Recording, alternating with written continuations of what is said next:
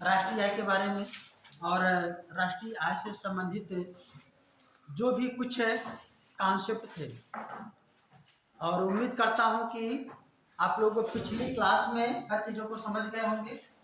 और किसी को कुछ पूछना है तो पूछ सकता है, फिर आगे बढ़े। सब क्लियर है? जीडीपी किसे कहते हैं, जीएनपी किसे कहते हैं, एनडीपी किसे कहा जाता है, एनएनपी किसे कहा जाता है, साधन लागत पर क्या होता है, हेक्टेयर कास्ट पर क्या होता है ना। साथ में आप लोगों को बताया गया था कि जो है राष्ट्रीय आय के मापने की विधियां, 3 विधियों को बताया गया था, है ना। उन तीनों विधियों में बताया गया था कि सबसे अच्छी विधि क्या कौन सी है ना। कौन सी सबसे अच्छी विधि है? वैदिक। और उसमें बताया गया था कि जितनी भी विधियां हैं, इन विधियों में व्यवहारिक रूप से क्या समस्याएं आती हैं राष्ट्रीय आय के आकलन में। और भारत में राष्ट्रीय आय के आकलन में विभिन्न क्षेत्रों में इन विभिन्न विधियों का प्रयोग किया जाता है। बताया गया था कि उत्पाद विधि का प्रयोग कहाँ पे करते हैं, कहाँ पे हम लोग आय विधि का प्रयोग करते हैं, और कहाँ पे व्यय विधि का प्रयोग करते हैं। ये सब पिछली क्लासों में हम लोगों ने बातें की। आज हम लोग इसी से संबंधित और भी जो कुछ फैक्ट हैं, कुछ बेसिक जो चीजें हैं जो जानना है आप लोगों को, उसको भी हम लोग देख लेते हैं, ठीक है ना। तो चलिए, तो हेडिंग डाल दीजिएगा, राष्ट्रीय आय से संबंधित महत्वपूर्ण तथ्य। राष्ट्रीय आय से संबंधित महत्वपूर्ण तथ्य।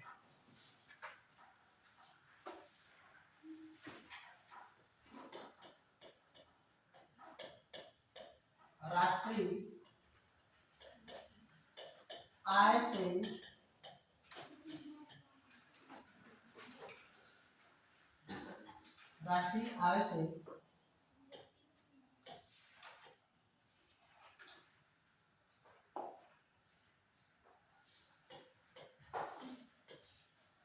संबंधित महत्वपूर्ण तथ्य। ध्यान रखिए, इसमें कुछ चीजें आप लोगों को समझने की जरूरत है, याद करने की जरूरत है, ठीक है ना। तो क्या महत्वपूर्ण तथ्य है? सबसे पहले लिख लीजिएगा, शेयर के क्रय विक्रय को, शेयर के क्रय विक्रय को राष्ट्रीय आय में शामिल नहीं किया जाता। शेयर के क्रय विक्रय को राष्ट्रीय आय में शामिल नहीं किया जाता।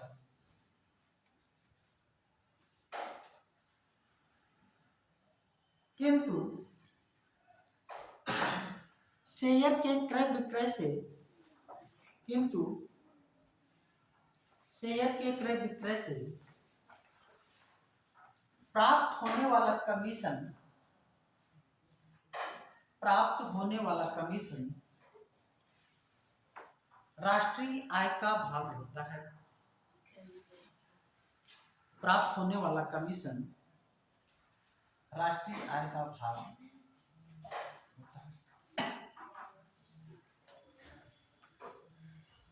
दूसरी लाइन, पेंशन से प्राप्त आय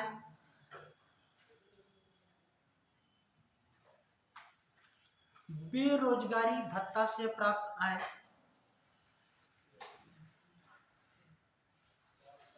बैंक बीमा से प्राप्त आय,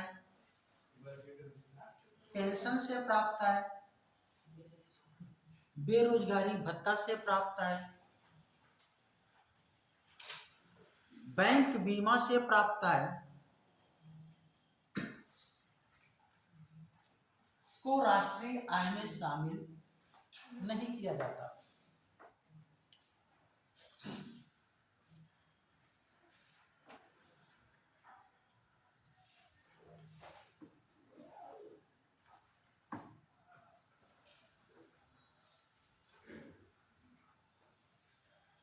हस्तांतरित आय, ट्रांसफरेबल इनकम जिसे कहते हैं, हस्तांतरित आय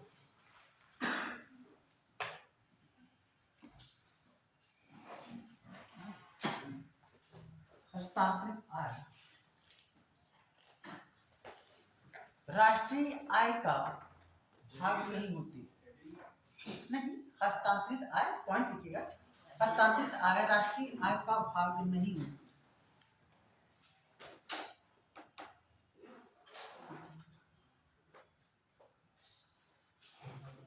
अगला पॉइंट, पुराने भवन पर किया गया नवनिर्माण कार्य, पुराने भवन पर किया गया नवनिर्माण कार्य राष्ट्रीय आय का भाग नहीं होता, राष्ट्रीय आय का भाग होता है। पुराने भवन पर किया गया नवनिर्माण कार्य राष्ट्रीय आय का भाग होता है।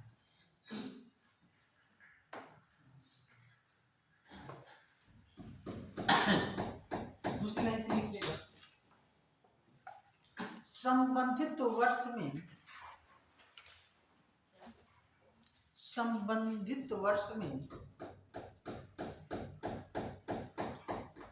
कार्य के प्रतिफल के रूप में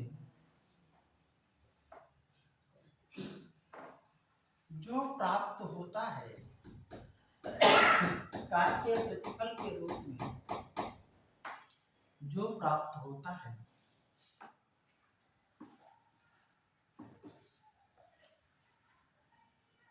राष्ट्रीय आय का भाग होता है, राष्ट्रीय आय का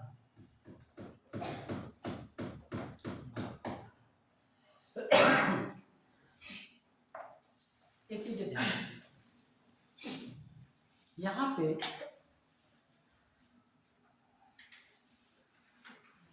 जो लास्ट वाली लाइन है इसे आप लोग याद कर लीजिए, समझ लीजिए, और इसी को समझ लीजिए, बाकी की सब ऊपर की जो चीजें हैं वो याद हो जाएगी। आपको समझना यह है कि राष्ट्रीय आय में किसे शामिल किया जाएगा और किसे शामिल, ये क्लियर करना है। और क्वेश्चन आता है कि राष्ट्रीय आय में किसे शामिल किया जाता है या राष्ट्रीय आय में किसे शामिल नहीं किया जाता। अगर आपको क्लियर हो जाए कि राष्ट्रीय आय में किसे शामिल करेंगे और किसे नहीं करेंगे, क्लियर हो जाएगा। तो सबसे पहले ध्यान रखिए, लास्ट वाली लाइन क्या कहती है, कहती है कि संबंधित वर्ष में कार्य के प्रतिफल के रूप में या कार्य के बदले जो मिलता है वह राष्ट्रीय आय का भाग होगा, वो शामिल किया जाएगा, और जो संबंधित वर्ष में कार्य के प्रतिफल के रूप में नहीं है उसे राष्ट्रीय आय में शामिल नहीं है। अब यहाँ पे महत्वपूर्ण है कार्य के प्रतिफल। हमने आपको बताया था आय कहते ही किसे हैं, है ना, जो काम के बदले मिलता है वह आय है, जो काम के बदले नहीं मिलता वह आय नहीं है। तो राष्ट्रीय आय में भी जो काम के बदले है वो आय है और जो काम के बदले नहीं है वो आय नहीं। अब आ जाइए हम लोग पहली लाइन पे आते हैं। पहली लाइन क्या कहता है, कहता है शेयर का क्रय विक्रय राष्ट्रीय आय का भाग नहीं होता है, जबकि शेयर के क्रय विक्रय से प्राप्त होने वाला कमीशन राष्ट्रीय आय का भाग होता है।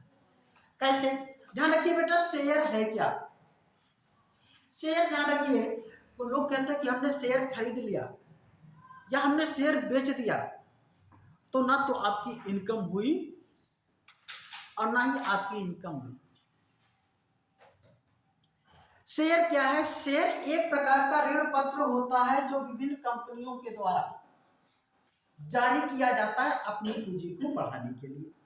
हर कंपनियां अपना शेयर जारी करती है, ठीक है ना। अब जैसे मान लीजिए एक कंपनी है, उसने 100 रुपए का क्या किया है, शेयर जारी किया, और एक व्यक्ति है उसने उस 100 रुपए का शेयर ले लिया।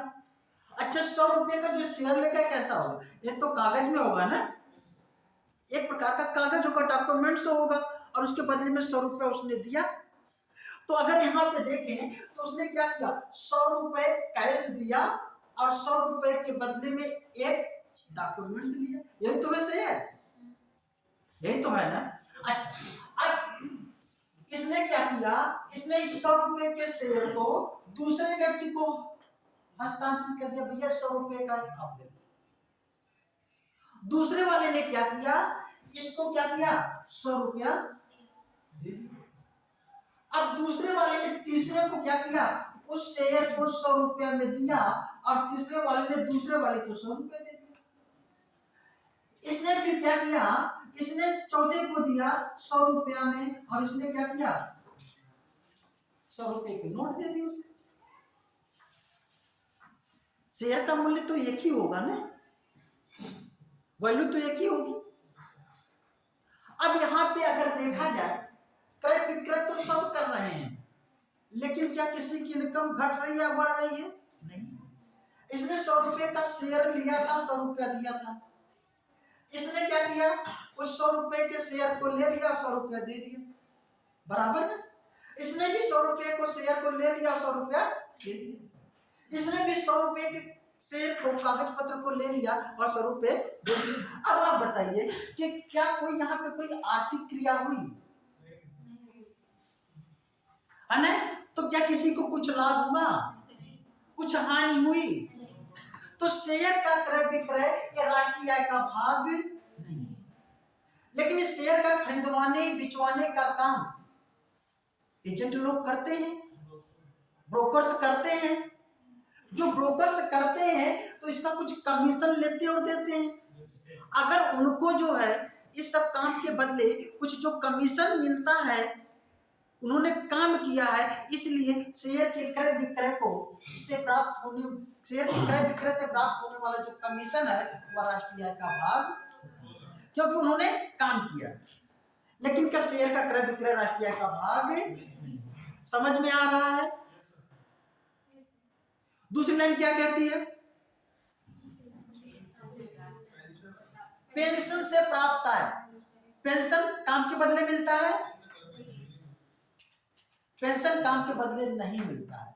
जब काम के बदले नहीं मिलता है तो कार्य का प्रतिफल नहीं है, तो आय कैसे हो सकता है? दूसरा क्या है, बेरोजगारी भत्ता काम के बदले मिलता है नहीं, तो उसको भी शामिल नहीं करेंगे। तीसरा क्या है, बैंक और बीमा से प्राप्त है। मान लीजिए आपने बैंक में पैसा रखा था, उसने आपको इंटरेस्ट दे दिया। आपने कोई काम किया था, आपने कभी कोई इंश्योरेंस पॉलिसी ली थी, आज रिटर्न आ गया, संबंधित वर्ष से कोई लेना देना नहीं है, कोई काम किया था, तो बैंक बीमा से भी प्राप्त आय राष्ट्रीय आय का भाग नहीं। अगला लाइन क्या है बेटा, हस्तांतरित आय। कौन बताएगा हस्तांतरित आय? एक हाथ से दूसरे हाथ में, इस हाथ से उस हाथ में रख लेना। सही कह रहे हो। और कोई क्लियरिफिकेशन, कोई और? क्या नाम है बेटा? नाम क्या है? हाँ पल्लू। आप ही को नाम पढ़ते हो ना? अच्छा, कहाँ से पढ़ते हो, कहाँ पढ़ते हो? ठीक है। हाँ बताएं, क्या बता रहा था? एक अकाउंट से हस्तांतरित आय वही आय है जो काम के बदले नहीं मिलती है, बल्कि एक स्थान से या एक व्यक्ति से दूसरे व्यक्ति को प्राप्त हो जाती है। जैसे मान लीजिए आपके पापा हैं, आपके पापा ने आपको इस महीने के लिए 5,000 रुपए खर्च के लिए दिया। ये 5,000 रुपए आपकी आय नहीं है, वो आय किसकी है? किसकी है? पापा की आय है ना। और वो काम के बदले नहीं, काम के बदले में उनको मिला था, वो उनकी आय है, उन्होंने अपनी आय आपको हस्तांतरित कर दी, तो वो हस्तांतरित आय आपकी आय में शामिल नहीं किया जाएगा। कुछ बच्चे कहते हैं कि इस महीने इतनी ही इनकम हुई। इनकम तो तभी कहोगे ना जब काम के बदले मिलेगा। पापा मम्मी दे दे, भाई बहन दे दे, या कहीं से मिल जाए तो इनकम। आप सो रहे थे रात में, आपके जो है बिस्तर के पास एक सूटकेस में भरा हुआ रुपया आकर मिल जाए, काश ऐसा हो, है ना? उसमें सब 1,000 की नोट है, कितना अच्छा रहेगा। अच्छा रहेगा कि खराब रहेगा? 1,000 रुपए की नोट चलेगी? नहीं चलेगी, है ना? अब तो 2,000 की भी नहीं चलेगी, बेकार है ना। मान लीजिए ऐसा हो जाए तो क्या होगी, वो आपकी आय में शामिल होगी। चलिए अगला क्या था बेटा, पुराने भवन पर किया गया नवनिर्माण कार्य राष्ट्रीय आय का भाग। आ जाओ पूछो मत करो, आ जाएगा है ना। पुराने भवन पर किया गया नवनिर्माण कार्य राष्ट्रीय आय का भाग होता है, दिखाई नहीं है ना। तो राष्ट्रीय आय का भाग क्या है, होता है। पुराने भवन जैसे मान लीजिए कोई बिल्डिंग बनी है, उस पे साल 2 साल से कंस्ट्रक्शन नहीं हो रहा, लेकिन इस साल उसका एक फ्लोर जैसे ग्राउंड फ्लोर बना था, थर्ड फ्लोर बना उस पर, और वहां पे क्या हुआ कि जो खर्च आया, जैसे मान लीजिए फ्लोर बनाने में जो भी खर्च आया 5 लाख 10 लाख 20 लाख जो भी खर्च आया, जितना भी खर्च आया उस खर्च को जोड़ लिया जाएगा। तो वो उतना जो खर्च है वह देश आपकी संपत्ति के साथ साथ वो देश की भी संपत्ति है। तो अगर कोई पुराना भवन है और उस पर नया कोई काम किया गया है और उसका जो वैल्यू है वह देश की संपत्ति में उस साल काम के बदले वो क्या है बना है, इसलिए उसे शामिल किया जाएगा। अब फिर लास्ट में वही बात क्या जाती है कि संबंधित वर्ष में कार्य के बदले जो प्राप्त होता है वह राष्ट्रीय आय का हिस्सा होगा और जो प्राप्त नहीं होता है राष्ट्रीय आय का हिस्सा नहीं होगा। याद करने की जरूरत है, आप याद हो गया। केवल इकोनॉमिक्स बेटा समझने की बात है, एक बार अगर आपने अच्छे से समझ लिया तो हमेशा ही क्या है अच्छा बना रहे। आप बताते रहेंगे कि क्या होता है आगे क्या होगा, ठीक है। चलिए अब कुछ पॉइंट और नोट करिए, लिखिएगा।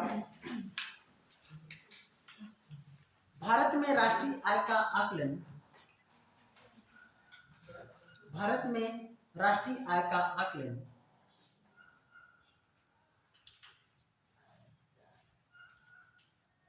सबसे पहले दादा भाई नौरोजी ने, सबसे पहले दादा भाई नौरोजी ने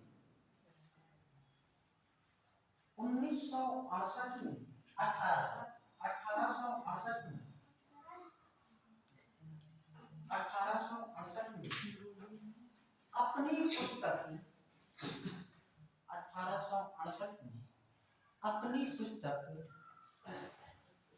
poverty and un British rule in India, poverty लिख दीजिए,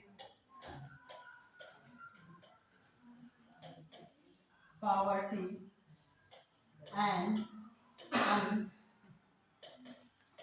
British rule, un British rule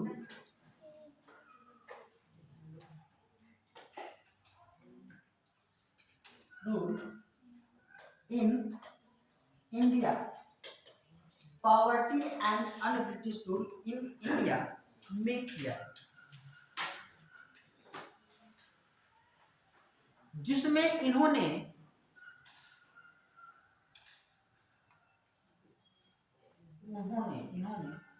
उस समय प्रति व्यक्ति आय 20 रुपया बताया। कितना? 20 रुपया।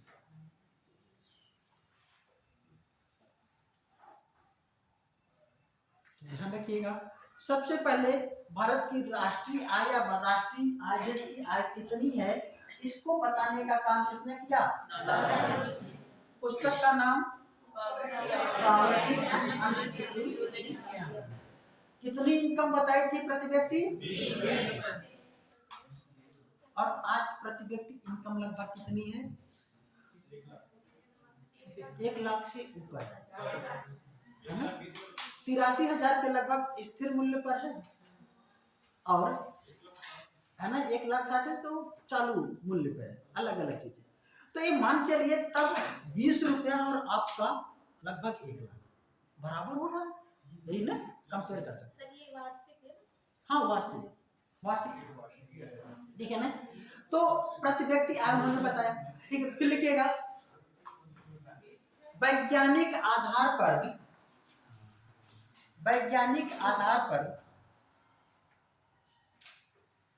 राष्ट्रीय आय का आकलन, वैज्ञानिक आधार पर राष्ट्रीय आय का आकलन सबसे पहले V.K.R.B. राव, फुल फॉर्म जानने की जरूरत नहीं है, आर.बी. राव याद हो सकता है तो ऐसे कर लीजिए राव साहब। V.K.R.B. राव के द्वारा प्रस्तुत किया गया, V.K.R.B. राव के द्वारा प्रस्तुत किया गया। ध्यान रखिएगा, आप कुछ बच्चे कहेंगे सर कब किया गया, तो इसे आप रिजेक्ट नहीं कर सकते। दरअसल में V.K.R.B. राव साहब ने पहली बार वैज्ञानिक तरीके से इसको आकलित करने की कोशिश की और शुरुआत किया 1929 में और किया कब तक, 1934। ठीक है, एक कई साल इसमें लग गए इनको बताने में, तो इसलिए पर्टिकुलर किसी वर्ष को नहीं पूछा जाता। ठीक है ना, तो वैज्ञानिक आधार पर किसने किया, V.K.R.B. राव साहब। ठीक है ना, फिर लिखिएगा देश की स्वतंत्रता के बाद,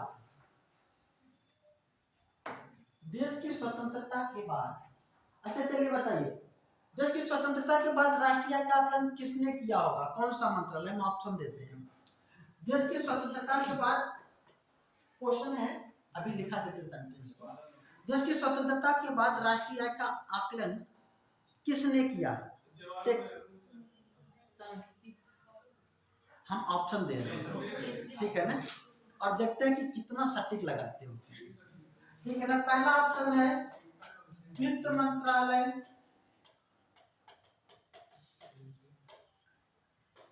दूसरा ऑप्शन है गृह मंत्रालय, तीसरा ऑप्शन है उद्योग मंत्रालय,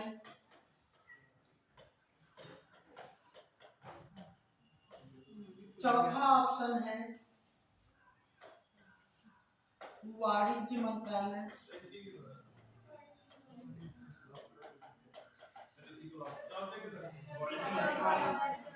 किसने किया था, वाणिज्य मंत्रालय। ध्यान रखिएगा, तो इसको देश की स्वतंत्रता के बाद किसने किया था, वाणिज्य मंत्रालय ने। वित्त मंत्रालय मत लगाइएगा कभी गलती से भी, ठीक है ना।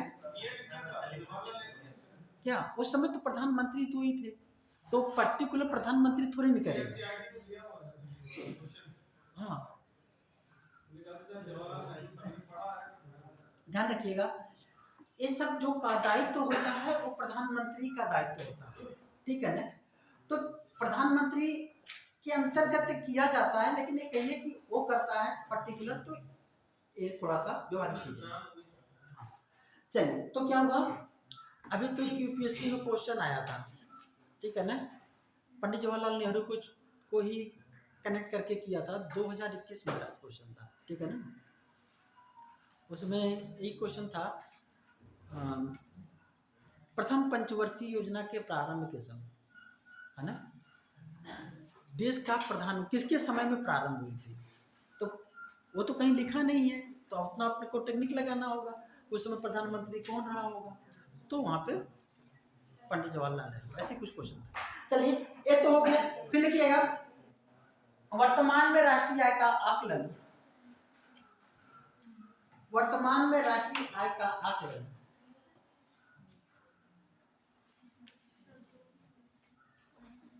कौन करता है,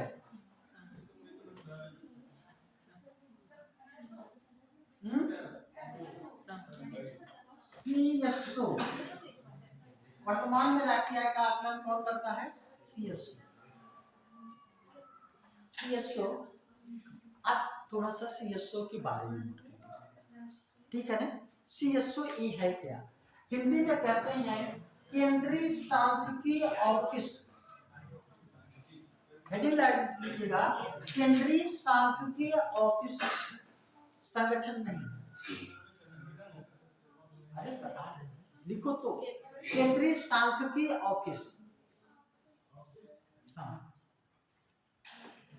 ध्यान रखिएगा बेटा, दरअसल में हमारे देश में आर्थिक जो आंकड़े हैं दो संस्थाएं महत्वपूर्ण रूप से जारी करती थी। एक था सीएसओ, कौन था? सीएसओ। और दूसरा कौन है? एनएस, ठीक है, सीएसओ और एनएसएसओ। सीएसओ सेंट्रल स्टैटिस्टिक्स पहले एक ऑर्गेनाइजेशन था, केंद्रीय सांख्यिकी संगठन पहले इसका नाम था,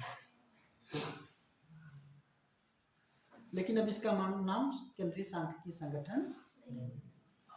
ये जो सीएसओ थी, ध्यान रखिएगा, इसकी जो स्थापना है, लिखिएगा, पॉइंट करते नोट करते चलिएगा, ठीक है ना। देखिएगा, सीएसओ की स्थापना 1949 में, सीएसओ की स्थापना 1949 में एक स्वतंत्र इकाई के रूप में की गई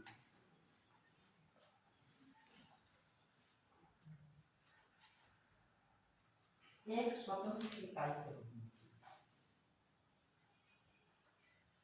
जिसे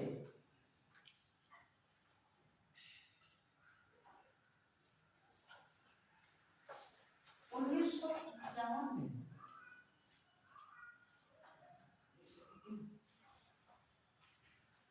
केंद्रीय मंत्रिमंडल के सचिवालय में,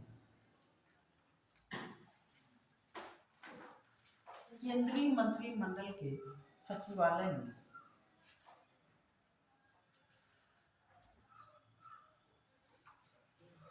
पुनः स्थापित किया गया।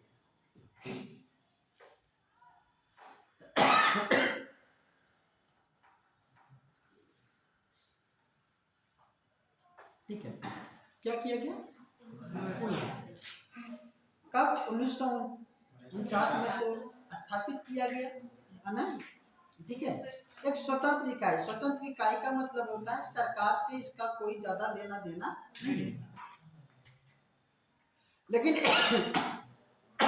इसका इंपॉर्टेंस इतना है, इससे जो है सरकार हमेशा प्रभावित है, देश की आय घट रही है, बढ़ रही है, ये सब चीजें सरकार को पता होती रहनी चाहिए। इसलिए सरकार ने सोचा होगा कि ये अलग नहीं, ये हमारे ही सचिवालय में एक भाग में रहेगा तो हमको जानकारी मिलती रहेगी। तो इसे 1951 में क्या किया गया? केंद्रीय मंत्रिमंडल के सचिवालय में स्थापित। और ध्यान रखिए, फिर इसने अपनी रिपोर्ट जारी की। कब जारी की? लिखिएगा, सीएसओ ने अपनी पहली रिपोर्ट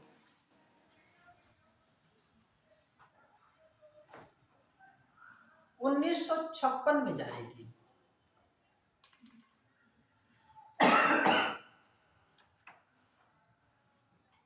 उन्नीस सौ छप्पन में, जिसे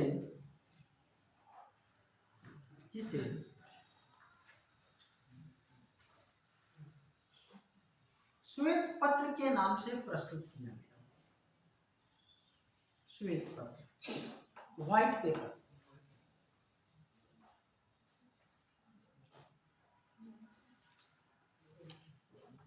श्वेत पत्र, श्वेत पत्र क्या होता है? अक्सर सुनते कि श्वेत पत्र सरकार ने जारी किया।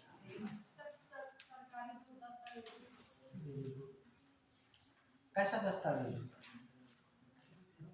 जो कंटिन्यू जारी होता है। ध्यान रखिएगा, श्वेत पत्र वह सरकार का दस्तावेज होता है जो कभी कभी जारी किया जाता है, कंटिन्यू नहीं।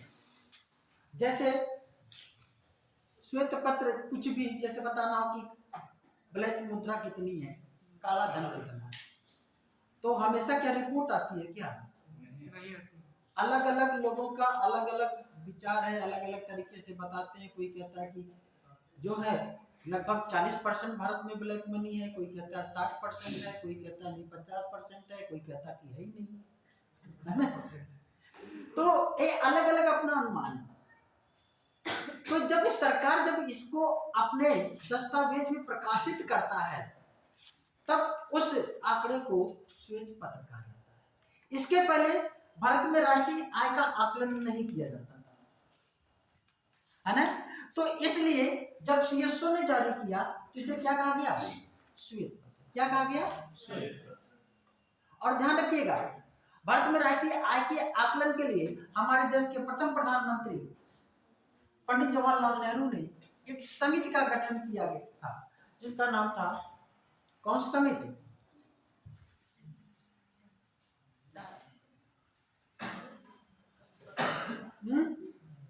पीसी महालनोबिस समिति, ठीक है ना? एक समिति बनाया गया और उसके बाद इन्होंने अपनी रिपोर्ट दी। 51 में पहली रिपोर्ट दी, 54 में फाइनल रिपोर्ट दी और 55 में ये हुआ कि सीएसओ को बनाया जाए और 56 में सीएसओ आ गया। और सीएसओ ने अपनी पहली रिपोर्ट जब दी तो उसमें एक प्रश्न बताया कि भारत में राष्ट्रीय आय का आकलन, ठीक है ना, जो है वो क्या है, जो भी स्थितियां थी उसे जो प्रस्तुत किया तो श्वेत पत्र के नाम से किया। फिर इसके बाद राष्ट्रीय आय का आकलन कभी भी सीएसओ ने श्वेत पत्र के नाम से प्रस्तुत नहीं किया, क्योंकि फिर रूटीन में आ गया है ना। तो ये किस नाम से जारी करता है, इसको नोट कर लीजिए, बहुत इंपॉर्टेंट है। देखिएगा, सीएसओ राष्ट्रीय आय के आकलन को, सीएसओ राष्ट्रीय आय के आकलन को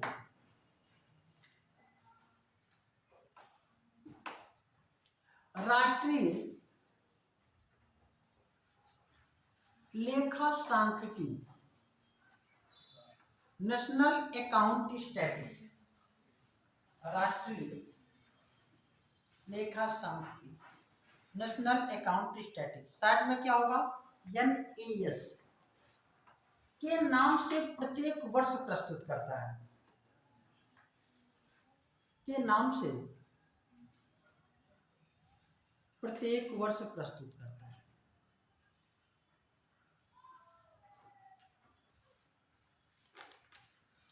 ठीक है, अच्छा, अभी प्रस्तुत करने लगा प्रत्येक वर्ष, लेकिन सीएसओ जब ये राष्ट्रीय का आकलन देता है वो दो आधार पर देता है। किस आधार पर? एक स्थिर मूल्य के आधार पर और एक चालू मूल्य के आधार पर, ठीक है ना। इस स्थिर मूल्य को ही आधार वर्ष कहा जाता है। क्या कहा जाता है? पहली बार सीएसओ ने जो आधार वर्ष लिया था उसने लिया था 1948 और 49, फिर लिया 1962-63, फिर लिया 1971-72। लिखने की जरूरत नहीं है, सबने पूछेगा, समझने के लिए समझने, ठीक है ना, कैसे चेंजिंग। फिर क्या है, इसने लिया 1981-82, फिर 91-93 और फिर 1999-2000, फिर 2004 और फिर 2005। और वर्तमान में जो राष्ट्रीय आय का आकलन सीएसओ करता है वो करता है 2011-12 के आधार पर। तो जो आधार वर्ष वर्तमान में है ये महत्वपूर्ण है। वर्तमान में जो आधार वर्ष लिया है वो क्या लिया है, 2011। तो राष्ट्रीय आय का आकलन का जो आधार वर्ष है वो कौन सा है, 2011 और 12। अब कहेंगे सर ये जरूरत क्या थी, ये जो है चालू मूल्य पर बताने के लिए, है ना, और स्थिर मूल्य पे। इसमें अच्छा कौन होता है, कौन खराब होता है ना, सही क्या माने। ध्यान रखिए, जब कभी भी राष्ट्रीय आय का आकलन एक कहा जाए कि इसकी वृद्धि दर इतनी थी, जो भी कुछ कहा जाए, और उसमें चालू वर्ष ना दिया हो, स्थिर वर्ष ना दिया हो, तो अंडरस्टैंडिंग रहती है कि वह स्थिर वर्ष के आधार पर, ठीक है। अब कहेंगे कि इसमें अंतर क्या होता है। जैसे मान लीजिए हम पिछले कुछ साल ले लेते हैं, जैसे 2015 था, 15 और 16 का वित्तीय वर्ष, फिर 2016 और 17, 2017-18, 2018 और 19, 2019 और 20, 2020 और 21, 2021 और 22 और 2022 और 23। 24 नहीं लेंगे क्योंकि अभी इसका आकलन दिया नहीं गया। ठीक है, मान लीजिए ये कितने वर्ष हो गए बेटा, 1 2 3 4 5 6 7, ये 8 साल। इस 8 सालों में जो जीडीपी है मान लो कैसे बढ़ती है।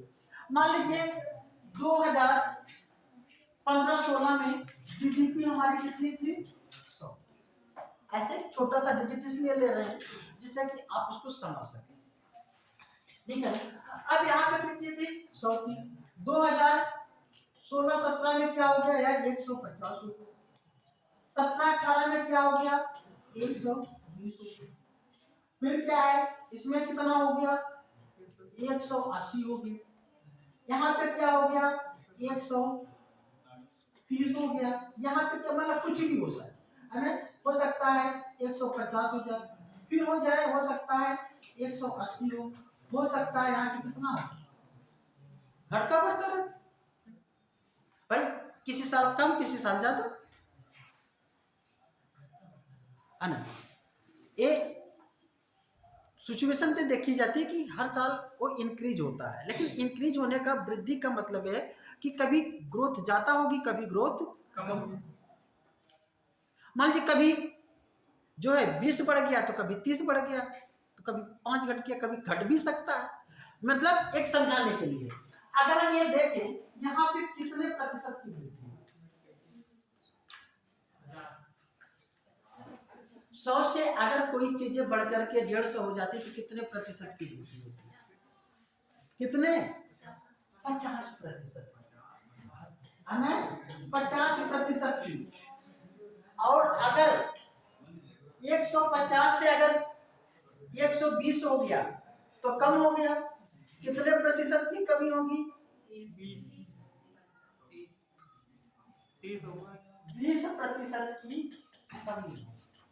फिर बढ़ गया, फिर क्या होगा, 50% की वृद्धि, फिर कम हो गया। कहने का मतलब इस तरीके से आप जब देखोगे तो परसेंटेज घटता और बढ़ता है।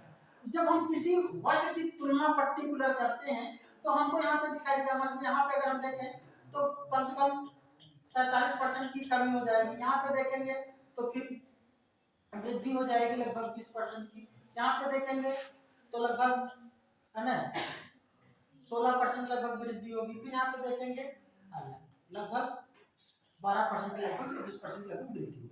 अगर हम यहाँ पे अगर देखें और हमने इसको स्थिर मान लिया तो इसकी तुलना में देखेंगे 100 से कितना हो गया, ये 200, ऊपर नीचे बने होगा लेकिन 200 होगी। अगर यहाँ पे तुरंत हम देखते हैं दूसरे साल में तो क्या दिखाई देता है, 50% बढ़ा। तीसरे साल देखते तो कम हो गया, तो कम हो गया तो बैड फीलिंग होती। लेकिन ये उतार चढ़ाव ये लगा रहता है, ये दिखाई देता है कि लॉन्ग समय में हमारी क्या पोजीशन थी। तो इस समय हम लोग जो 2011-12 के आधार पर इसका आकलन करते हैं कि हमारी ग्रोथ रेट, इस आधार वर्ष को बदला जा सकता है, अक्सर बदल दिया जाता है और उसको लिया जाता है जो थोड़ा सा अपेक्षाकृत जिस वर्ष में स्थिरता क्या होती है, ज्यादा होती है। ठीक है ना।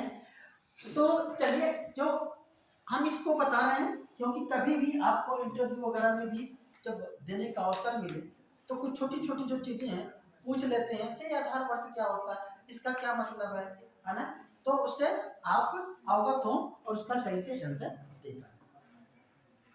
तो आगे देखें, ठीक है ना, कि एक ऐसे ही अपनी रिपोर्ट हमेशा देता रहा। और जो एनएसओ था, एनएसओ अभी हमने आपको बताया था, ये क्या करता है, राष्ट्रीय आय के अलावा, गैर राष्ट्रीय आय के अलावा और भी जो आर्थिक आंकड़े हैं, जैसे बेरोजगारी से संबंधित आंकड़ा है, ठीक है ना, पशु गणना है, या कुछ और भी निर्धनता की बात करें तो ये उससे संबंधित जो है ये अपने आंकड़े प्रस्तुत करता है। हुआ क्या 2019 में का बेटा, 2019 में सीएसओ और एनएसओ को मिला दिया गया, ठीक है ना, मिला दिया गया, दोनों को मिला दिया गया, मिला करके फिर सीएसओ बना है, ठीक है ना, इसकी CSO की स्थापना की गई है, लेकिन इस CSO में अंतर है। इसका जो फुल फॉर्म था सेंट्रल स्टैटिस्टिक्स ऑर्गेनाइजेशन था, इसका नाम था नेशनल सैंपल सर्वे ऑर्गेनाइजेशन था, ठीक है ना। अब इसका नाम बदल करके क्या हो गया, सेंट्रल स्टैटिस्टिक्स ऑफिस कर दिया गया। तो सेंट्रल स्टैटिस्टिक्स ऑफिस हो गया, ये कब हो गया, 2019 में। तो ध्यान रखिएगा, अब जो है CSO ना कह करके CSO ही कहेंगे, लेकिन उसका जो फुल फॉर्म होगा वो अलग होगा। केंद्रीय सांख्यिकी संगठन के बजाय क्या होगा, केंद्रीय सांख्यिकी ऑफिस होगा, ठीक है ना। हमने जब देखा कि भी हमने जब CSO जब केंद्रीय सांख्यिकी ऑफिस का, कुछ बच्चों को लगा कि ये तो संगठन है, सर ऑफिस बता रहा है ना, ये यहाँ पे चेंजिंग। क्लियर हो गया, क्लियर, आगे बढ़ा जाए। चलिए अब हेडिंग डालिएगा, देश की GDP में विभिन्न क्षेत्रों का योगदान। देश की GDP में विभिन्न क्षेत्रों का योगदान। चलिए एक कथन और क्रम वाले बेटा क्वेश्चन देते हैं पहले, ठीक है ना, और फिर इससे जो है आपको समझाने की कोशिश करते हैं जिससे बहुत ज्यादा क्लियर हो जाए। तो क्वेश्चन लिखिएगा, कथन लिखिएगा, कथन, कथन है देश की स्वतंत्रता के बाद, हाँ, कथन देश की स्वतंत्रता के बाद देश की कुल GDP में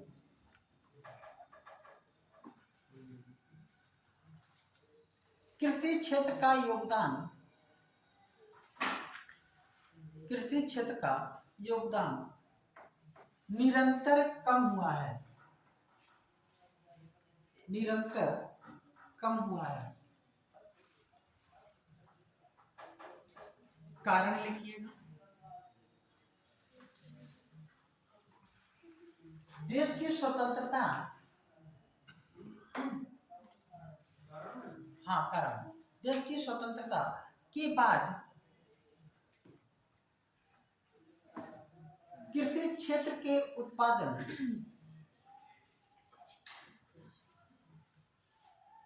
में गिरावट दर्ज की गई। कृषि क्षेत्र के उत्पादन में गिरावट आई है या दर्ज की गई है।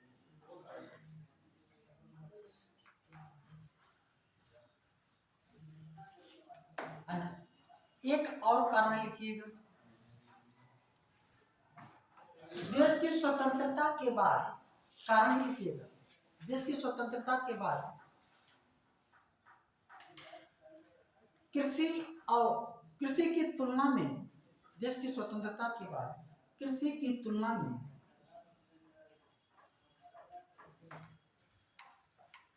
उद्योग और सेवा क्षेत्र के विकास में तीव्रता आई है, के विकास में तीव्रता है।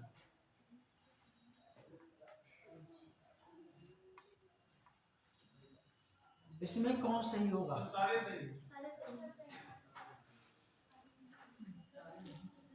सही हैं, कथन भी सही है और दूसरा कारण भी सही है और तीसरा कारण भी सही है, सब सही है।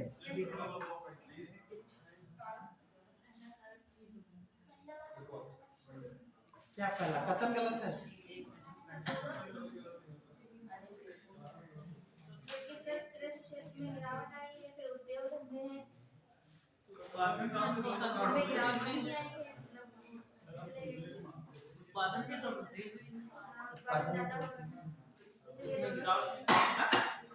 चलिए अब कुछ हम यहाँ पे डाटा दे रहे हैं, अब उसका हम लोग फॉलो करेंगे।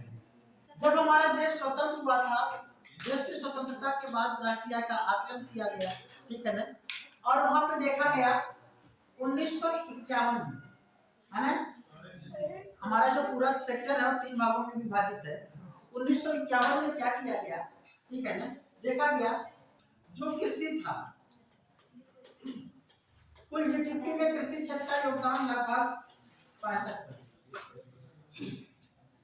और वर्तमान में हम बात करें 2023, तो इस समय जो योगदान है लगभग 17%, लगभग क्या है। दूसरा है उद्योग। उस समय उद्योग का योगदान लगभग 18% था। वर्तमान में लगभग इसका योगदान है 30%, 29 है राउंड फिगर में। फिर देखते हैं सेवा क्षेत्र। उस समय योगदान इसका 17% के लगभग था और वर्तमान में लगभग है 3%। ठीक है। अगर इन आंकड़ों को हम देखें तो नो डाउट कि कृषि क्षेत्र का जो योगदान था 65 से कितना हो गया, जो कुल जीडीपी में कृषि क्षेत्र का जो योगदान है वो कम हुआ है। तो पहला जो कथन है ये तो सही है। दूसरा कारण क्या है, कारण क्या कह रहा है बेटा, ध्यान रखिए, देश की स्वतंत्रता के बाद कृषि के क्षेत्र में या कृषि उत्पादन में कमी नहीं हुई है बल्कि लगातार बढ़ोतरी हुई है। कम क्यों हो गया, कम इसलिए हो गया, दूसरा जो है क्या है, गलत है। जो दूसरा कारण है, पहला कारण है वो गलत है, जो दूसरा कारण है वो सही है। वो सही इसलिए है क्योंकि यहाँ पे देखेंगे उद्योग और सेवा क्षेत्र की जो विकास है सब में विकास हुआ, लेकिन उद्योग और सेवा क्षेत्र का जो विकास था वो अपेक्षाकृत कृषि से क्या रहा, ज्यादा रहा। जब ज्यादा उसका ग्रोथ रेट रहा इसलिए उसका कंट्रीब्यूशन ओवरऑल जीडीपी में ज्यादा हो गया। तो अगर हम बात करें तो विकास तो सभी क्षेत्रों में हुआ, किसी में कम और किसी में ज्यादा। सबसे ज्यादा विकास किस में हुआ, सेवा क्षेत्र में। फिर कहाँ पे हुआ, उद्योग क्षेत्र में। ठीक है ना, कृषि के क्षेत्र में विकास सबसे कम हुआ, इसीलिए उसका कुल जीडीपी में ओवरऑल कंट्रीब्यूशन कम होता गया और उद्योग और सेवा क्षेत्र का ओवरऑल बढ़ता गया। तो इसका सही आंसर क्या होगा, कथन सही है और दूसरा कारण सही है, पहला कारण गलत है। तो उसको अपने हिसाब से लिख लीजिएगा, समझ गए ना। अब से नहीं समझ में आया, पहला गलत है नहीं।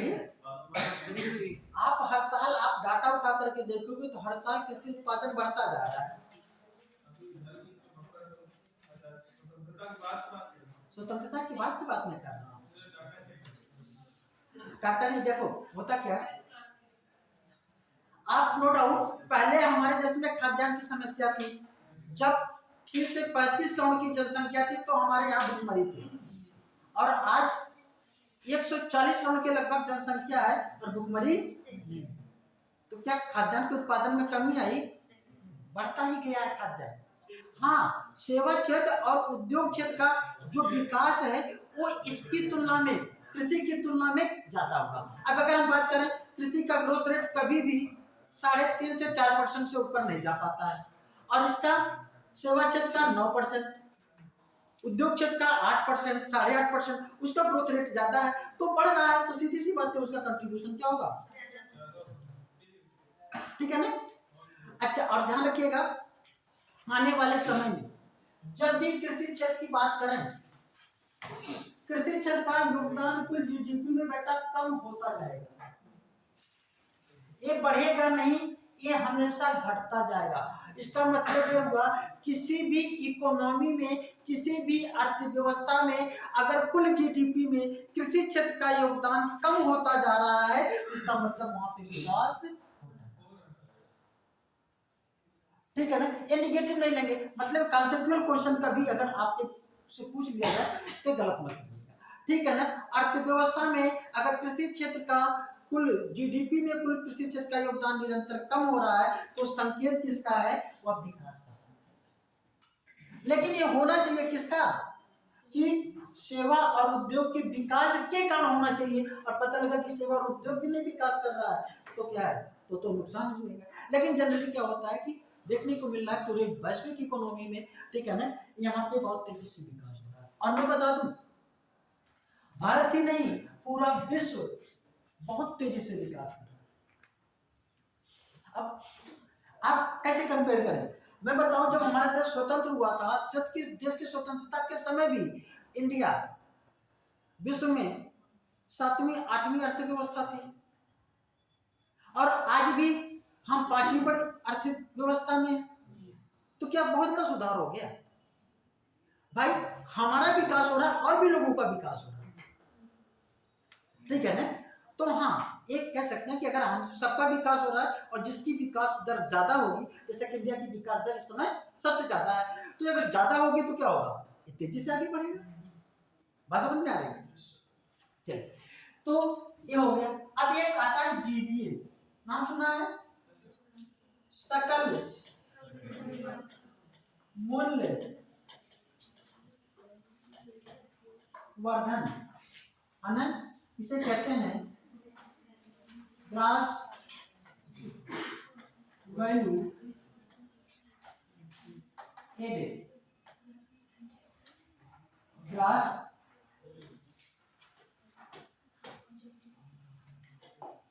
वैल्यू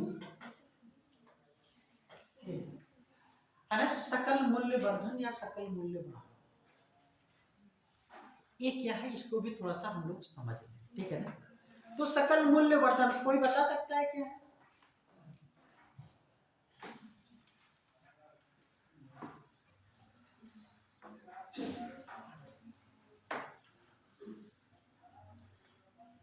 चलिए, अच्छा, आप लोगों ने देखा था राष्ट्रीय आय के कॉन्सेप्ट में जीडीपी देखा था, जीएनपी देखा था, एनडीपी देखा था, एनपी देखा था, और इन सभी को साधन लागत पर और बाजार मूल्य पर ज्ञात किया जा सकता है।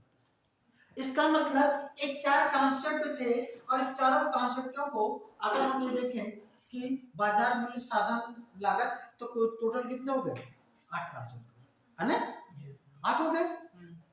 अब अगर हम राष्ट्रीय आय की बात करते हैं, कि हमारे देश की राष्ट्रीय आय में इतनी वृद्धि हो गई, इतनी कमी हो गई, हम जीडीपी, जीएनपी, एनडीपी, एनएन की बात ही नहीं करते, तो हम किसे लेते हैं?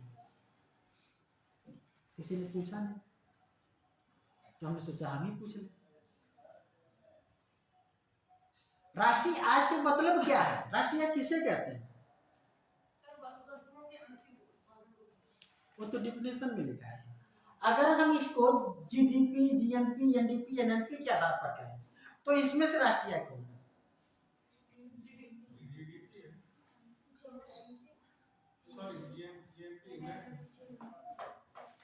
एनएनपी साधन लागत पर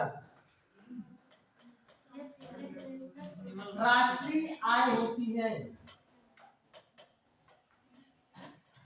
राष्ट्रीय आय होती है, या लिख लीजिएगा होती थी, जो भी करना। क्यों है और थी में अंतर क्या है? दरअसल में जब हम राष्ट्रीय आय की बात करते थे, तो हमारा आशय एनएनपी साधन लागत से होता था, फैक्टर कास्ट से होता था।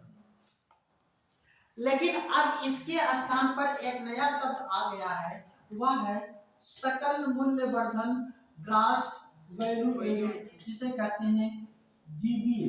क्या कहते हैं बेटा? जीबीए। अगर अब आप लोग देखते होंगे, जब मैगजीन पढ़ते होंगे या राष्ट्रीय आय से संबंधित कोई डाटा पढ़ते होंगे, तो उसमें एक शब्द प्रयोग में लाया जाता है जीबीए। देखा ना? नहीं देखा? नहीं देखा है तो देखेंगे, ठीक है।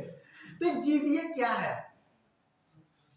ध्यान रखें, वर्तमान में एनएनपी के स्थान पर राष्ट्रीय आय के आकलन को जो है जीबीए के नाम से किया जाता है, क्योंकि इसे लाने की क्या जरूरत थी? एक पॉइंट बढ़ गया हमको पढ़ने के लिए, है ना? बढ़िया था कि वो एनएनपी ही था, तो जीबीए क्यों लाया गया? दरअसल में इसको भी बेटा समझिएगा। दरअसल में अभी तक हमारे देश में राष्ट्रीय आय का आकलन कैसे किया जाता है? एक एग्जांपल लेते हैं, ठीक है? जैसे मान लीजिए कोई एक किसान है, एक किसान वो 100 रुपए का क्या करता है? अनाज बेचता है, गेहूं बेचता है, चलो ठीक है। 100 रुपए का इसने क्या किया? गेहूं बेचा। और इस गेहूं से क्या बना? आटा। 200 में बिका। बताता एक एग्जाम्पल लिया था। इससे क्या बना? 500 का ब्रेड बना। इससे क्या बना गया? 2000 का ब्रेड। ठीक। अब राष्ट्रीय का आकलन करना है तो कैसे करते थे? पहले क्या करते थे? ये देखते थे, इनसे पूछते थे भैया इस साल कितना कमाए हो? ये बताता था 100 रुपए का गेहूं खरीदा था और 200 रुपए का आटा बेच दिया, 100 रुपए का। कितना? इससे पूछा गया भैया आप कितना कमाए? इसने कहा कि हमने 500 में बेचा, 200 लागत लगाई, 300 कमाए। इससे पूछा गया आप कितना कमाए? कितना बताएगा वो? कितना बताएगा? अब हम क्या करते हैं? हमने नोट किया सबका 100, 300, 400, 1500, टोटल कितना हो गया बेटा? कितना हो गया? हमने कहा कि हमारी जो जीडीपी है, जो हमारी राष्ट्रीय आय है, वह कितनी है? अब इस तरीके से कैलकुलेशन करने के लिए हमको, ठीक है ना, जो सीएसओ जो फॉर्मेट यूज करता था उसे हर स्तर पर एक अनुमान लगा करके राष्ट्रीय आय को आकलन करना होता। लेकिन एक नई विधि खोजी गई, हमेशा इनोवेशन होता रहता है। कहा गया कि कोई भी वस्तु जो फाइनल गुड्स है, अंतिम वस्तु जो वस्तु है उसका प्राइमरी स्वरूप क्या था? मतलब जैसे मान लीजिए एक कितना का है, अंतिम वस्तु कितने की बिकी और इसके प्राइमरी स्वरूप कितना था, और बाकी सब क्या होगा? चिन्हित होगा। इसका मतलब हम 2000 में से इस 100 को माइनस कर लें तो कितना हो जाएगा? आकलन ए आसान है कि आकलन ए आसान है? कौन सा? इसीलिए जीबीए को आकलन में इसे प्रयोग किया जाने लगा। त्रुटियां कम होगी, कैलकुलेशन कम करना पड़ेगा, एक किताबों में लिखा नहीं मिलेगा। ठीक है। तो ये जो है हम लोग जीबीए शब्द का प्रयोग करने लगे। ये है जीडीपी और जीबीए का प्रयोग का अंतर रहा। लेकिन अब अगर हम जीबीए की बात करते हैं तो जीबीए में क्या होता है? जैसे अभी हमने आपको बताया था कि एनएनपी क्या था? साधन लागत पर राष्ट्रीय है ना, साधन लागत पर। और साधन लागत पर क्या होता है? टैक्स जुड़ता है। अगर हम एनएनपी साधन लागत पर ज्ञात करना हो तो क्या बताएंगे? टैक्स क्या होगा? माइनस होगा ना, है ना, क्योंकि मार्केट प्राइस पर टैक्स जुड़ा होता है, सब्सिडी कम होती है। और साधन लागत पर क्या होता है? जो टैक्स है वो घटा होता है और जो सब्सिडी होती है जुड़ी होती है। तो अब जब जीबीएस की बात है कि जीबीए होता है, ठीक है ना, ये आपके एग्जाम में जो जीबीए होता है, ध्यान रखिएगा, प्रश्न है है ना, प्रश्न है जीबीए होता है, क्या होता है भाई? ठीक है, यहाँ पे ऑप्शन एक दे देगा जीडीपी, सकल घरेलू उत्पाद, राष्ट्रीय की हम बात करते हैं, प्लस है ना सरकार को प्राप्त कर। भाई सरकार जो कर लेती है, जो कर लगाएगी तो कर जो लेती, माइनस सहायिका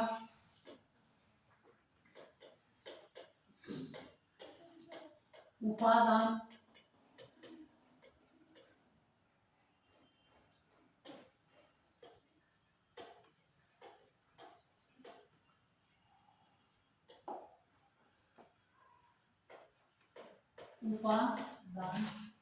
है ना, या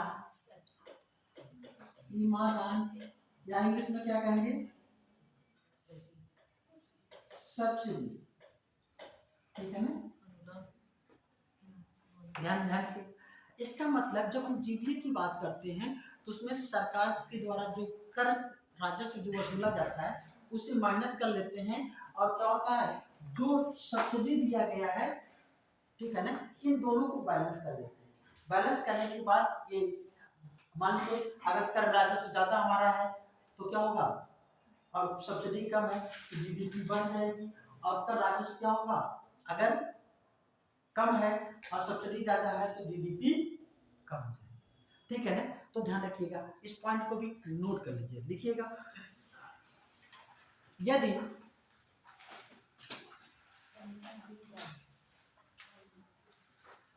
जीबीए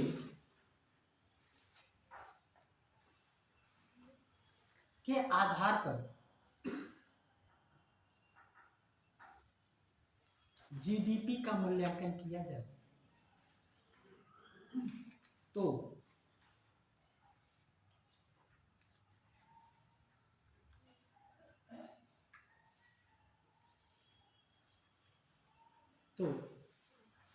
यदि सरकार के कर राजस्व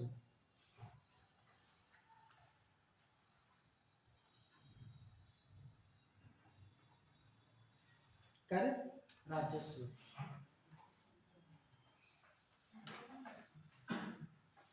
सब्सिडी से ज्यादा होंगे तो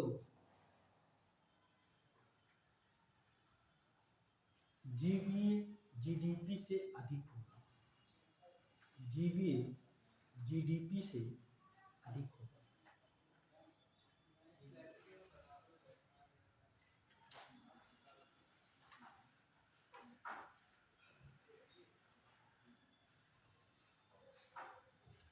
जीबीए जीडीपी से क्या होगा, यदि सब्सिडी सरकार के कर राजस्व से अधिक हो तो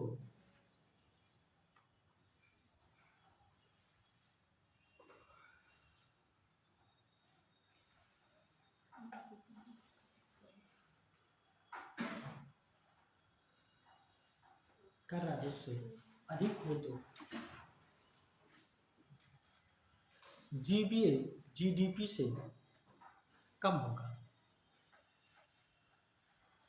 जीबीए जीडीपी से क्या होगा, कम। इस चीज को समझा भी दिया और नोटिस भी करा देते हैं, क्योंकि इसके ऊपर समझा है, बार बार पढ़ेंगे याद हो जाएगा। ठीक है ना। अच्छा, अब जो ये तो जीबी आ गया, ठीक है। अब लिख लीजिएगा दूसरी लाइन से, सीएसओ वर्तमान में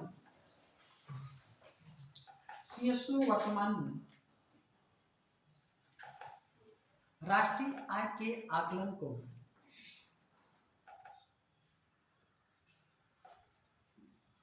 सीएसओ वर्तमान में राष्ट्रीय आय के आकलन को 6 भागों एवं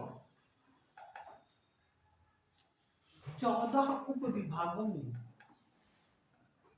6 भागों एवं 14 उप विभागों में विभाजित कर प्रस्तुत करती है।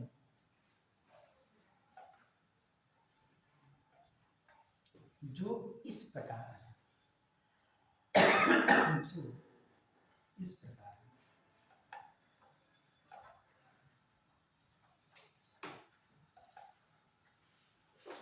ठीक है ना। कहने का मतलब अब जब हम राष्ट्रीय आय के आकलन की बात करते हैं, मोटे तौर पर तो हम पूरे जो है जीडीपी को कितने भागों में विभाजित करते हैं बेटा, है ना। मोटे तौर पे तो हम लोग 3 भागों में, कृषि, उद्योग और सेवा। लेकिन जो सीएसओ कितने भागों में, 6 भागों में विभाजित करके, या और सिर्फ 6 भागों को फिर उसमें भी कैटेगराइज करके, है ना, उसके भी सब डिवीजन बना करके 14 उप विभागों में विभाजित करके इसको क्या करता है। और ध्यान रखें, ये जो 6 भाग हैं वो कौन कौन से, उसको नोट कर लीजिए। ठीक है ना। जो इस प्रकार है, जो इस प्रकार है। पहला लिखेगा प्राथमिक क्षेत्र,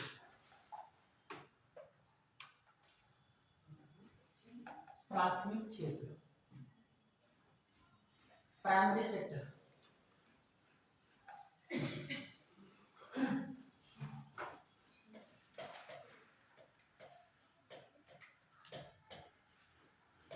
प्राथमिक क्षेत्र, प्राइमरी सेक्टर। जैसा कि जब हम जीडीपी पढ़ा रहे थे तब भी हमने नाम लिया था। तो प्राथमिक क्षेत्र के अंतर्गत किसे किसे शामिल करते हैं? कृषि प्लस कृषि क्षेत्र, है ना? कृषि क्षेत्र, है ना? कृषि क्षेत्र का मतलब उसी में सब आ गए, पशुपालन हो गया, मुर्गी पालन हो गया, बकरी पालन हो गया, जितने भी प्रकार के पालन है सब। ठीक है ना? और साथ में क्या होगा? वानिकी, फॉरेस्ट्री जिसे इंग्लिश में कहते हैं। वानिकी का मतलब जो वनों से आय प्राप्त हो। साथ में इसके खनन एवं उत्खनन, क्वारिंग एंड माइनिंग। ठीक है ना? खनन एक प्राथमिक क्षेत्र है। द्वितीय क्षेत्र क्या है बेटा? द्वितीय क्षेत्र जिसे सेकेंडरी सेक्टर कहते हैं। द्वितीय क्षेत्र को हमको लोग क्या कहते हैं? औद्योगिक क्षेत्र भी कहते हैं। क्या कहते हैं? औद्योगिक क्षेत्र। इस द्वितीय क्षेत्र को हम लोग औद्योगिक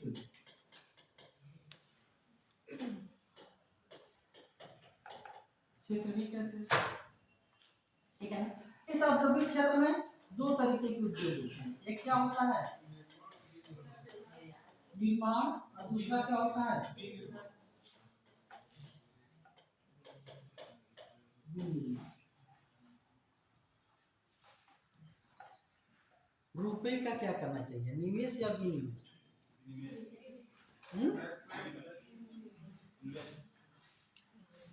इंग्लिश में चाहे आप निवेश करिए चाहे विनिवेश, दोनों की इंग्लिश एक, इन्वेस्टमेंट। लेकिन हिंदी के संदर्भ में यहाँ पे दोनों क्या हो जाते हैं?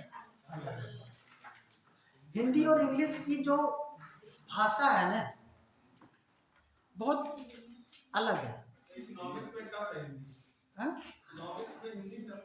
हिंदी टफ है, जरूरत क्या है, हम कह जानते रहो। ठीक है ना?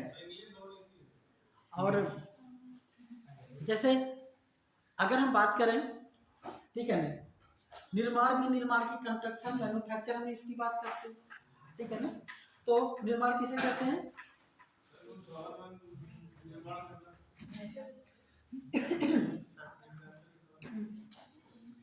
निर्माण सेक्टर क्या है? निर्माण सेक्टर को तो कोर सेक्टर कहते हैं, कोर इंडस्ट्री कहते हैं। इसके अंतर्गत इस्पात उद्योग, बिजली उद्योग, ये सब आते हैं। सीमेंट, हाँ,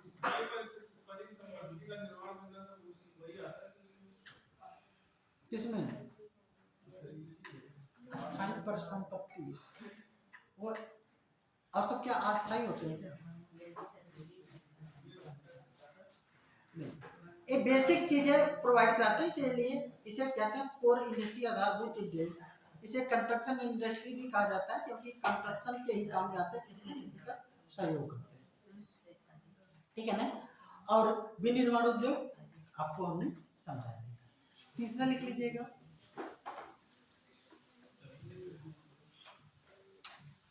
तीसरा परिवहन, संचार एवं व्यापार, ट्रांसपोर्ट, कम्युनिकेशन एंड ट्रेड।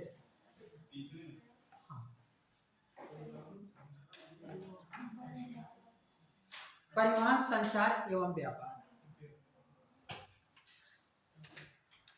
जैसे संचार वगैरह है, होटल वगैरह है, सब इसी के अंतर्गत आता है। चौथा लिख लीजिएगा, वित्त एवं वास्तविक संपदा, फाइनेंस एंड रियल एस्टेट, वित्त एवं वास्तविक संपदा, फाइनेंस एवं रियल एस्टेट। अगला लिख लीजिएगा, सामुदायिक एवं निजी सेवाएं,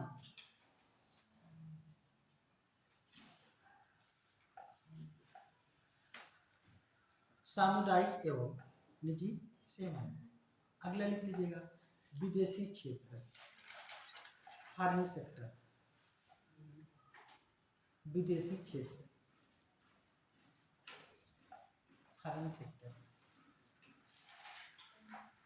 ठीक है ना। एक क्या है, 6 अलग अलग भाग हैं, इसमें पूछा जाता है इसमें ग्रोथ रेट ज्यादा होती है। ठीक है ना।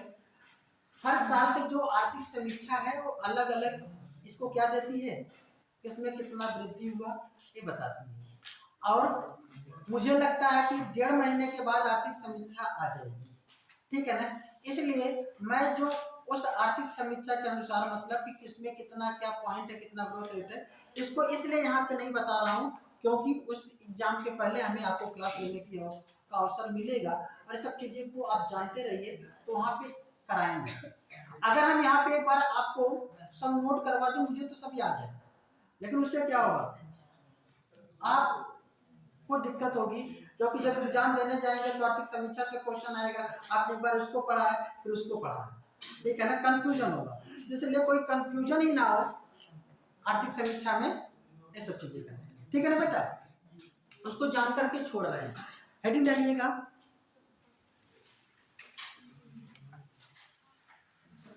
जीडीपी में विभिन्न क्षेत्रों का योगदान। हाँ, विभिन्न क्षेत्रों का योगदान। अब यहाँ पे कई पॉइंट ऑफ व्यू से देखेंगे। देश की जीडीपी में सबसे ज्यादा योगदान किस क्षेत्र का है? किसका? सेवा क्षेत्र। लगभग कितना है? कितना? 53%। ठीक है ना। ध्यान रखिएगा, पहले जो डाटा आता था वो 57 के लगभग आता था। जीपीए के अनुसार क्या हो गया, थोड़ा सा कम हो गया है ना। जब तक जीपीए नहीं था तब तक ये 57 को प्रदर्शित कर रहा था। ठीक है ना। चलिए, सबसे कम किसका योगदान है? किसका? आने वाले समय में कृषि क्षेत्र का योगदान क्या होगा? निरंतर कम होगा। इसका मतलब जब आप एग्जाम देने जाएंगे, आज के साल 2 साल 3 साल 4 साल पहले, अगर आज आपको मालूम है कि सर ने पढ़ाया था 3 साल पहले लगभग 17%, याद है, पढ़ाई नहीं की आपने, और फिर आपके एग्जाम में आता है कि वर्तमान में कुल जीडीपी में कृषि क्षेत्र का योगदान कितना है लगभग, और उसमें ऑप्शन देता है 14%, 16%, 20%, 22%। तो क्या लगाएंगे? कम से कम लगाइए, 14% लगाइए भाई। हर साल इसमें एक क्या है, धीरे धीरे घट रहा है, मतलब बढ़ेगा नहीं, कम ही होगा। ठीक है ना, एक आइडिया आपका हो जाएगा। ठीक है ना। सेवा क्षेत्र का योगदान ये कम नहीं होगा, ये बढ़ता ही रहेगा, और कृषि क्षेत्र का योगदान कम होता है। अच्छा चलिए, अब बताती है देश की कुल जीडीपी में किस राज्य का योगदान सबसे अधिक है? लिख लीजिएगा, देश की जीडीपी में, देश की जीडीपी में सर्वाधिक योगदान देने वाले राज्य।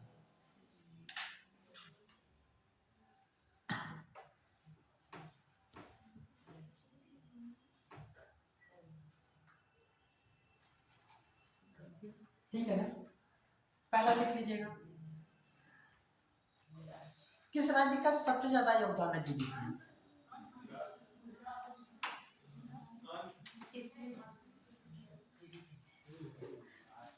दो क्वेश्चन आते हैं, एक तो देश की कुल जीडीपी में किस क्षेत्र, किस राज्य का योगदान सबसे अधिक है, किस राज्य का योगदान सबसे अधिक है। एक क्वेश्चन आता है देश की कुल जीडीपी में या देश में किस राज्य की जीडीपी सबसे अधिक है।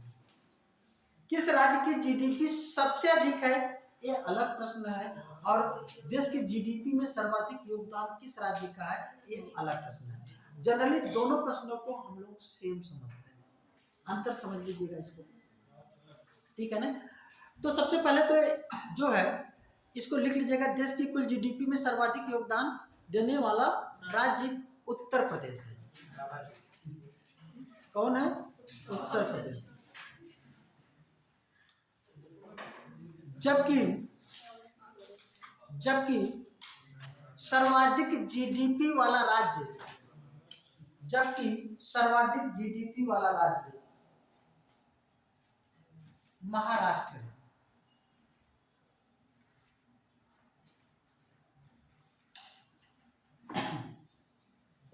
इसके बाद दूसरे, तीसरे और चौथे स्थान पर क्रमशः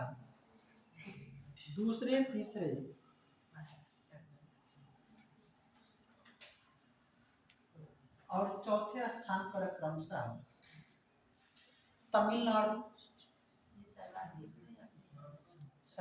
नहीं कुल जीडीपी में, हाँ महाराष्ट्र है। महाराष्ट्र तो पहले स्थान पे हो गया, फिर दूसरे स्थान पर सर्वाधिक जीडीपी किसकी है? तमिलनाडु, गुजरात और कर्नाटक का है।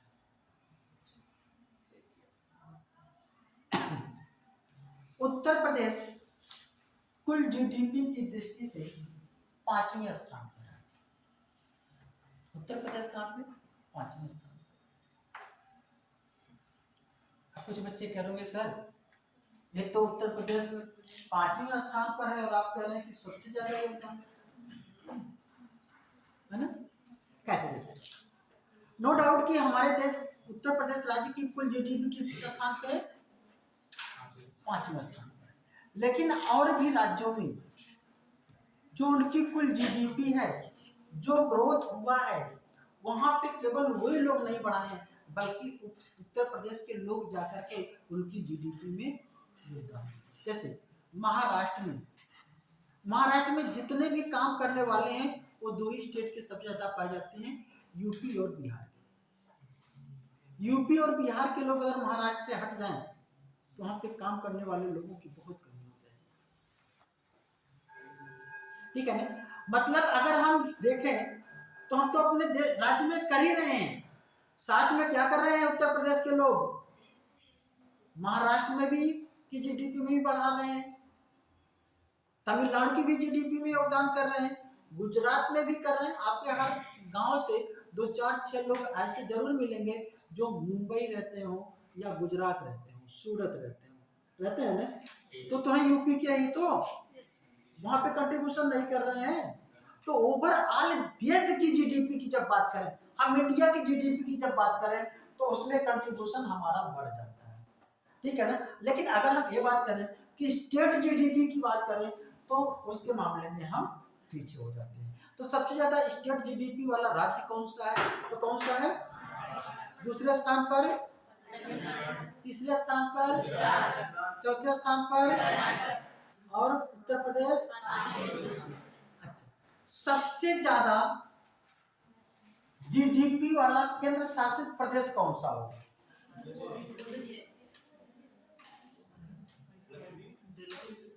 दिल्ली। भाई दिल्ली अगर देखें इतनी बड़ी पॉपुलेशन, इंडस्ट्रियल एरिया है ना, तो ये तो कुछ अंदाज से लगा सकते हैं, ठीक है। तो इस तरीके से जो जीडीपी से संबंधित जो क्वेश्चन थे, जो टॉपिक थे, जो चीजें आपके एग्जाम में पूछी जा सकती थी, उसको हमने समझाने की पूरी कोशिश की। अगर आप लोगों के मन में कोई क्वेश्चन हो तो पूछ सकते हैं। सर कुल जीडीपी का शिक्षा, उत्तर प्रदेश ने शिक्षा पे कितने % खर्च किया है? किस पे? शिक्षा पे। बेटा जो है कुल जीडीपी का अगर शिक्षा पे हम ओवरऑल की बात करें 2.1% से भी कम है, 1.7 के लगभग है। लेकिन इसे बढ़ा करके, ठीक है ना, 2.5% की मतलब करने की बात है, ठीक है ना। एग्जैक्ट डाटा जो है जब आर्थिक समीक्षा आएगी तब उसको बताया जाएगा, ठीक है ना। मतलब अराउंड फिगर में इसको ध्यान रखिएगा, इतने के लगभग है, इसको बढ़ा करके कहा जा रहा है कितना हो जाए, जबकि रिक्वायरमेंट क्या है? कम से कम 5-6% होना चाहिए। और कोई चलिए, तो सब चीजें क्लियर हो गई। चलिए तो रिवीजन एक बार कर लीजिए।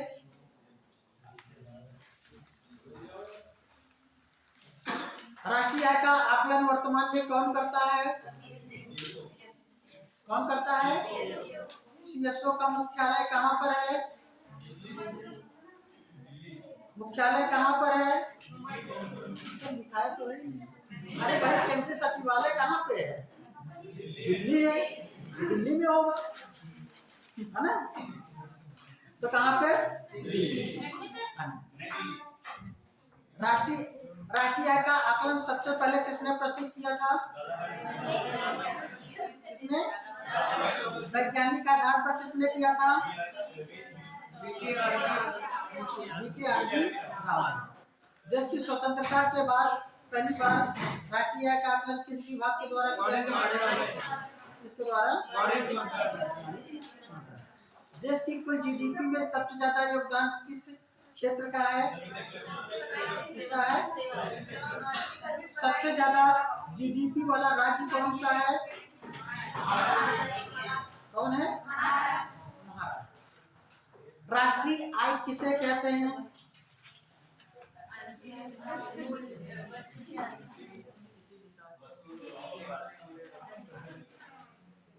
अच्छा, राष्ट्रीय आय किसे कहते हैं? अच्छा, अर्थशास्त्र क्या है? क्या कह रहे हो? अर्थशास्त्र गंदा विषय है? का विज्ञान। हमें लगा कि कह रहे हो गंदा विषय।